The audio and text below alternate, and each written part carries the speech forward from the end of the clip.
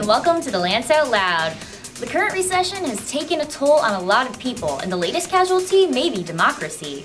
Healthy news media has long been the backbone of democracy, and if that's true, then it may be time to call the chiropractor.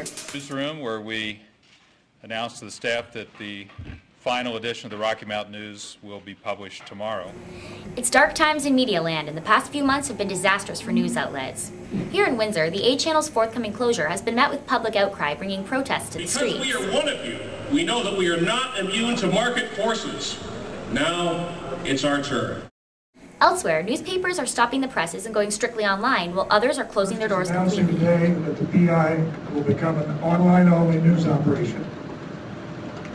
And the last print edition will appear tomorrow.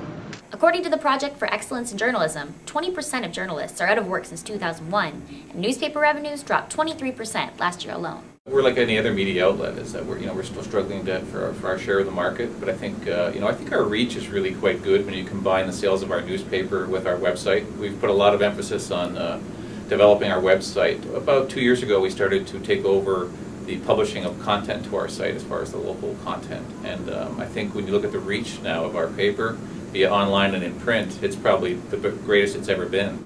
There is something peculiar about the demise of newspapers. Research indicates that newspapers have more readers than ever, especially among young people. The problem is that fewer people are actually paying for it. Why would you pay for something that you can get online for free? I mean, it's clear that the current model in terms of relying on advertising for print is broken, and it's not going to recover, even beyond the economic downturn right now. So there's, it's the interesting phenomenon of newspaper print readership declining, but overall news consumption actually increasing, and where people are getting their news is online. So what's going to happen to the print newspaper, I don't know. This has sparked debate in all corners of the newsroom and even in some business schools. How do you get people to pay for something that they've grown accustomed to getting for free? Yeah, I'm not sure we're ever going to get them to pay for something, and it's not a model that's on my desk right now in terms. I've seen these models where it's sort of micro-charges, where it's fractions of pennies if you want to go ahead and read this story. And they're all very interesting, and I'm sure we're going to be exploring all of that, but right now that's not the model that we're operating with. So we're trying to find other ways to monetize what it is we're doing and to pay our bills.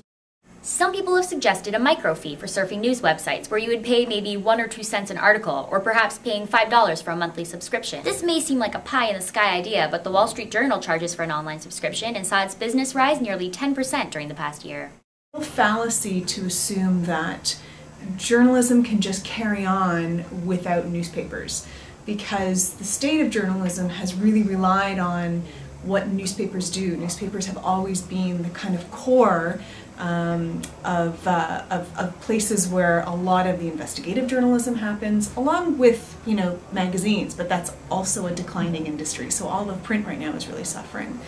So to think that journalism will just continue on without that basis in print really requires a fundamental reshifting. Even radio and TV they start their day with what the print people have done.